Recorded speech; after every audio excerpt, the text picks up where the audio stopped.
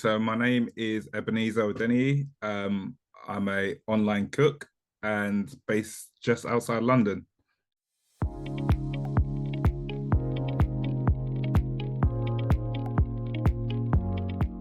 So my journey started in 2019. I lost my auntie to cancer, same way I lost my late mother and father, and it was a conversation between my cousins and my siblings on how we could look after ourselves a bit better. Um, Numerous of diets were spoken of: vegetarian, pescatarian, and veganism, and well, being plant-based. I tried to look into plant-based a bit more. Done quite a bit of research, watched a lot of documentaries, and then one day I decided to just go fully into it. So I've been vegans for 5.5 years. I mean, I used to run a lot back in the day, and I took a gap of running, and I think after a month or so of doing it, I decided to go for a run, and I just couldn't stop. So with that, I knew that I was on the right path, and it was all about just trying to make meals that I enjoyed, really. I cooked quite a bit before, so it was just taking those flavors from that into the sort of plant-based cooking I was doing.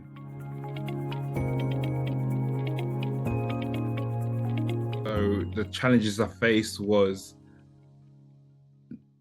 growing up, everything had meat or some sort of fish inside it, and the meals I grew up on, the meals I loved, everything that came from my background, technically it was vegetarian, but obviously growing up with it just being meat, it felt right not putting meat in it. So I've had to learn how to replace certain flavors. And I mean, going online at the time, it really didn't help me because all I saw was porridge bowls and stuff like that, and it really wasn't my sort of palate. So yeah, over time, I learned to do stuff like jollof rice.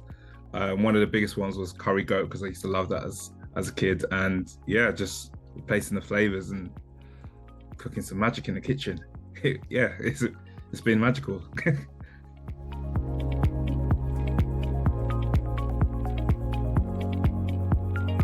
So when people say veganism, they expect it to be more of the classy sort of type of people.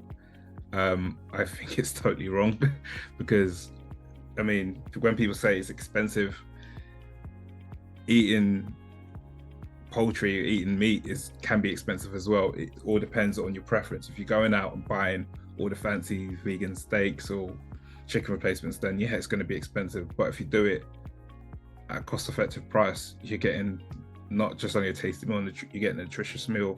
It's all about balancing your plate correctly, and if you learn to correct the flavors that you want and create the flavors that you want and put them in their meals, you're gonna be laughing. You're gonna be enjoying some tasty meals. So when people say it, I'm just like, nah. It's up to what people believe. I'm never gonna be one of the people that are gonna throw it in your face. I just say just let the food do the talking, and hopefully you enjoy it, which I don't think I've really had any complaints, really.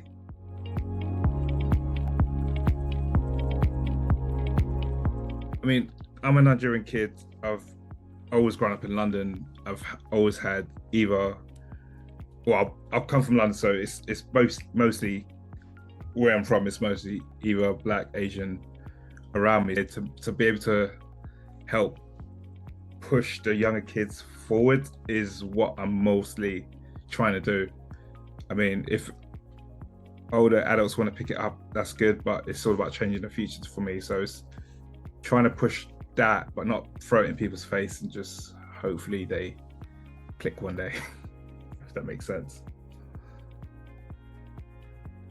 I try not to, so I'm trying to build a cookbook at the moment, so I'm trying not to release all the recipes. Seeing people recreate it is one of the best feelings. It's just like when I make that dish and I taste it and I'm just like, yeah, that's something from my childhood, and I fully enjoy it. So when I see other people making it, it actually does warm my heart. So it's I don't know how to explain it. It's a warming feeling. So the way that my cultural living has it gone into my plant-based living is all the flavors that I remember as a child. Everything that I try and make comes into it in sort of, it could be the most tiniest little flavors. So it could be like, we use a lot of crayfish when it comes to Nigerian cooking. I don't know why, but for some reason we do. So it's placing little stuff like that, and it tastes, when you get that taste, it really, really helps, and it keeps you going, knowing that you can still eat your food that you grew up on. And some of the stuff like love rice, some of the stuff like advocacy, I mean, I don't eat it often because I always say it's a sleeping tablet if you eat with bandi yam or fufu. But yeah, when you have them flavors, it just reminds you of why you're doing it in that sort of way. It's a different type of feeling than just making a normal Chinese takeaway or fake away. And yeah, I mean, when my family tastes it, that's even better, because they're like, I didn't know you could do this. And I'm like, yeah, but I mean, my project is to turn part of my family onto that plant-based sort of journey. But for now, it's just me.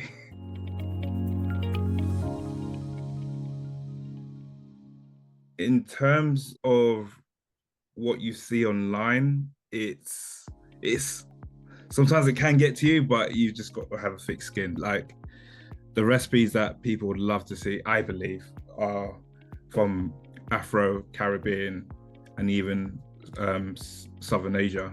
And people always love them sort of recipes. So it's just having that sort of community within social media. It helps a lot. It could be anything from breakfast, desserts, main dinners, snacks. I mean, we have times like Christmas where people show their own sort of take on their own food. We have Thanksgiving for Americans, where they put that Southern twist on it. And I love seeing recipes like that. So the way I see veganism making more of a social change is it brings more of a community in a bigger sort of formal way. So I would say, like, lockdown for us, I had another friend called Millie, would do like community vegan days, and people put their own spin. So we have like a pizza night or burger night. People put their own spins if they're coming from Afro-Caribbean, Southern Asian, white. It doesn't matter. People were putting their own twist on it, and it was one of the best times. That got me through lockdown quite a bit. So it was one of the best times to see people coming together. And I feel like we need more stuff like that, because everyone's got their own story, everyone's walked their own path. And when people bring their own food, I feel like, or post their own food, I feel like social media is like a big, let's say a big barbecue.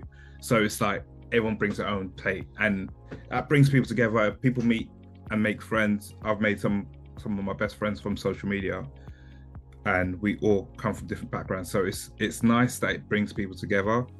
I just wish people would have more of an open mind when it comes to trying different flavors.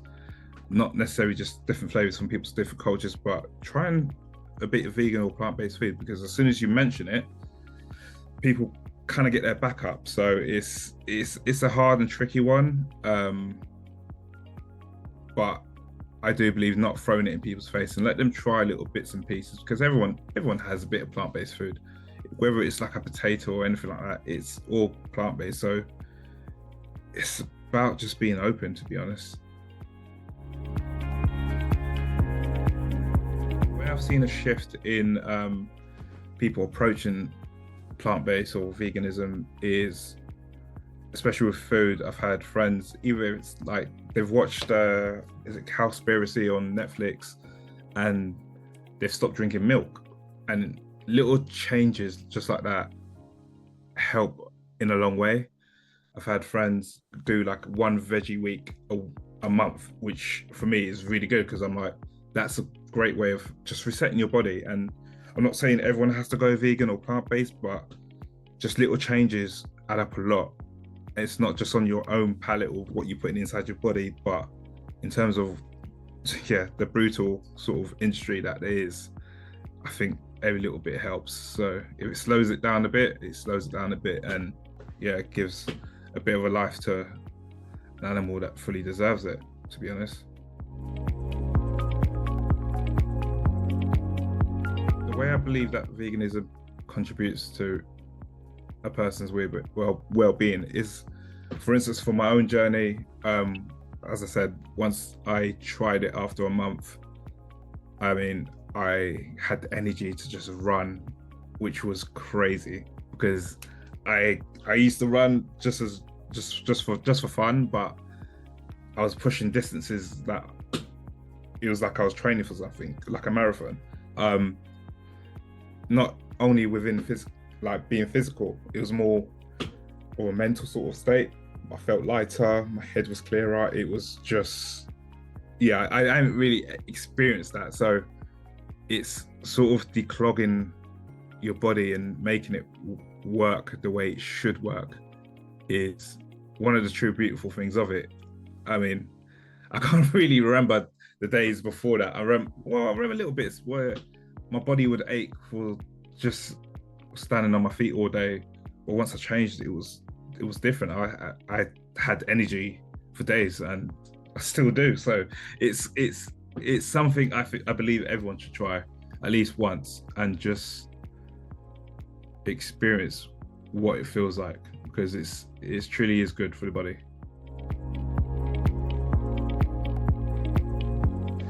The recipes that really mean a lot to me that I've managed to veganize, I have quite a few.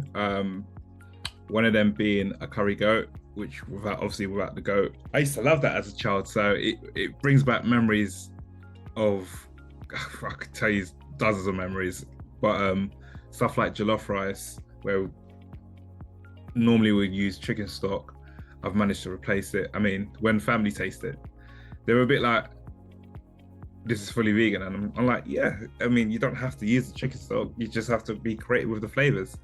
Another one is a gussie and pounded yam. That's probably my all-time favorite.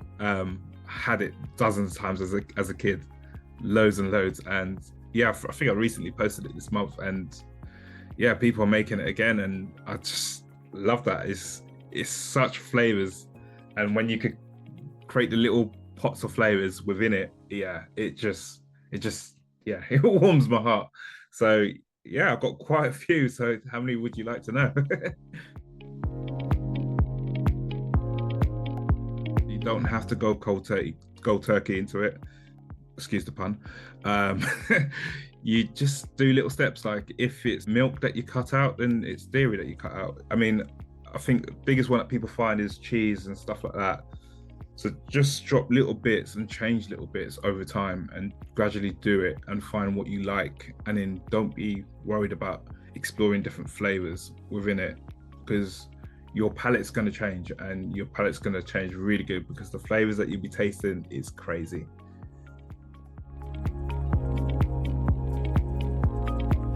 So the impact I hope to have is, just as long as I change or help one person, it means a lot to me. So the fact I've helped hundreds and thousands of people that DM me through my social media is crazy. So people, don't be worried about if you're gonna like it or not. You will learn. Sorry, that sounds like I'm forcing someone. You will learn to love the flavors that you make in the kitchen, even if it's just stuff like tofu. Everyone knows it tastes very bland, but if you learn to use it and season it before you cook it, it changes very different. Just experiment a lot with different types of food, whether it's chickpeas, lentils, mushrooms. Like it, the world is your oyster with it. Excuse another pun, but just try it, because I was one person that was like, I'm never gonna be able to eat this again, that again. But I'm eating similar foods like it. I have the flavors there, I have the textures, and I'm thriving off it. I don't have no protein deficiency. I'm a big lad. I still train. I will still weight train. I still go for runs every now and then. And yeah, it's it's not going to harm you. If anything, it will make you better.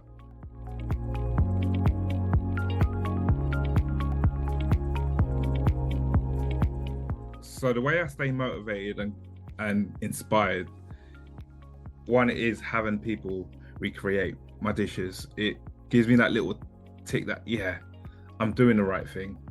I mean, most of the dishes I do post online are meals I eat myself. I don't believe in food waste, so I would try and dishes till they perfectly correct enough to post, and to have people make it over and over again it truly is one of the best feelings. So myself, I keep myself grounded. I live life like a day in day life. I'm now doing this full time, so I have a schedule that I stick to. I go gym regularly, go for walks. I have fun with my friends. I live a normal life. But I mean, I'll probably be one of the most nosiest friends ever when it comes to like your food, because I'll ask you, what did you have for dinner last week? Like, it'll be a random question, and it's just my mind ticking, thinking, oh, what can I make with that? So where I used to work as a delivery driver for groceries before. I'll be carrying the groceries to someone's door, and instantly I'm looking inside their box, thinking, oh, I could use that and make another recipe. So I have hundreds of recipes just stored on my phone where I have different combinations that I'm still trying. And yeah, most of them are working out and people are enjoying them. Like, I mean, I think today I just posted a jalapeno tofu, which, yeah, that was a random one as well. So it's just keeping yourself grounded. It's keeping myself grounded within it, and yeah, just enjoying what I do. And obviously take good care of yourself as well. So if you need a break, always just listen to your body and take the break. What I would like to share with the community that doesn't really get talked about enough is just be kind. I would say just be kind, because everyone has their own journey, and it's about being supportive. So someone all of a sudden doesn't start, if they've changed from going from veganism to something else, there's a reason behind it, and it's just about being supportive enough, and they've done it long enough to know that they're still going to eat a vegan meal every now and then. It's about just every meal counts. So someone might be in it 50%, just be kind to that person. I don't like seeing trolling online, so I would just say just be kind to people, because you never know what someone's going through. And there's hundreds of people, there's millions of people that actually eat a plant-based dinner, but I understand there's a misconception about being plant-based and being vegan. So if someone's fully vegan and in that lifestyle, then yeah, that's a win-win. But if they're just having a plant-based meal, that's a win also. So don't be too quick to judge. Just be supportive of people, because we're all human at the end of the day. And if you want to be kind to animals, you've got to be kind to humans as well. So yeah, I mean, it sounds quite weird, but it makes sense in my head.